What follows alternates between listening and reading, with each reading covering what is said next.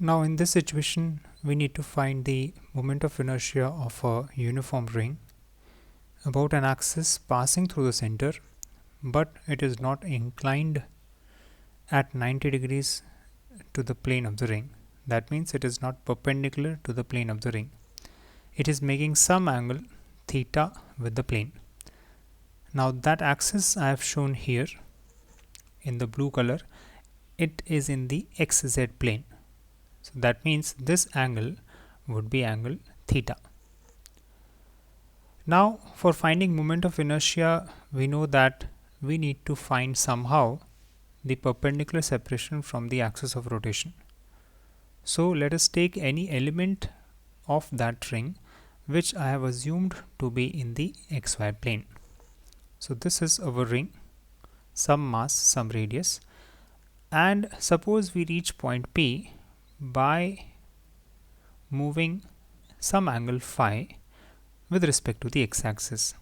That means we are assuming that angle AOP is some variable phi.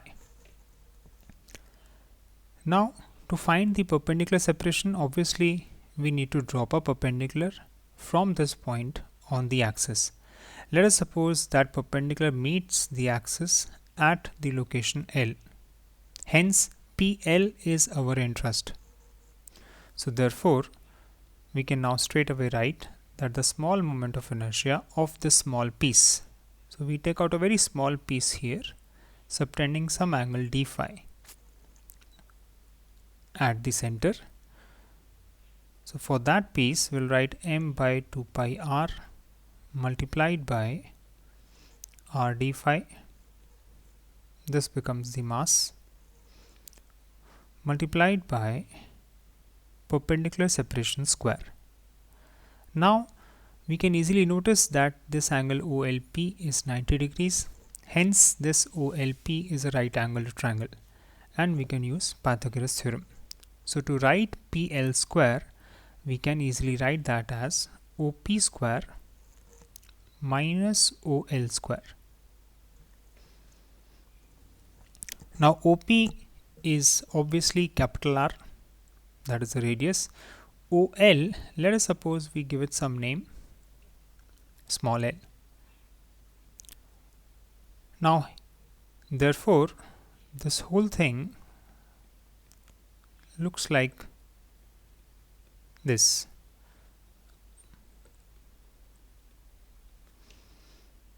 Now here we have two variables, the angle and small l. So as we keep on changing the angle phi, obviously small l will keep on changing. Hence we need one more relation so that we can eliminate either one of these two and then integrate. Now for that we need one more information, and that is clearly seen from the geometry, that the OL vector is perpendicular to the LP vector.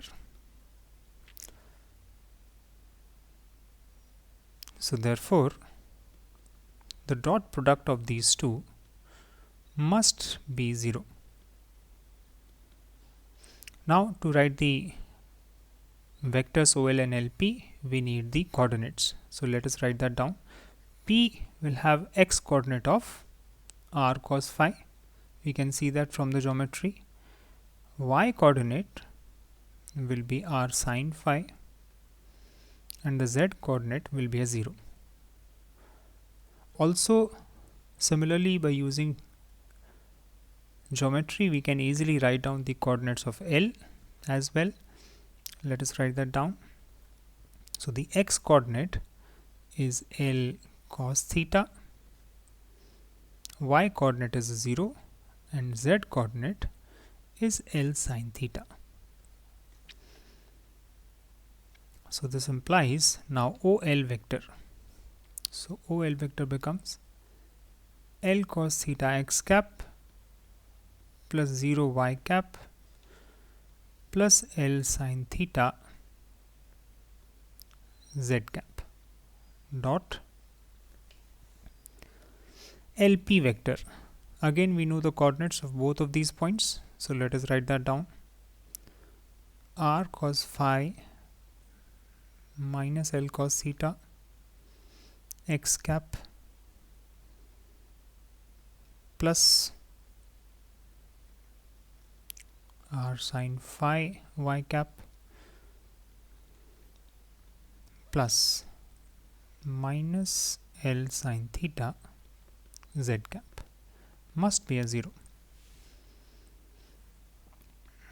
So therefore,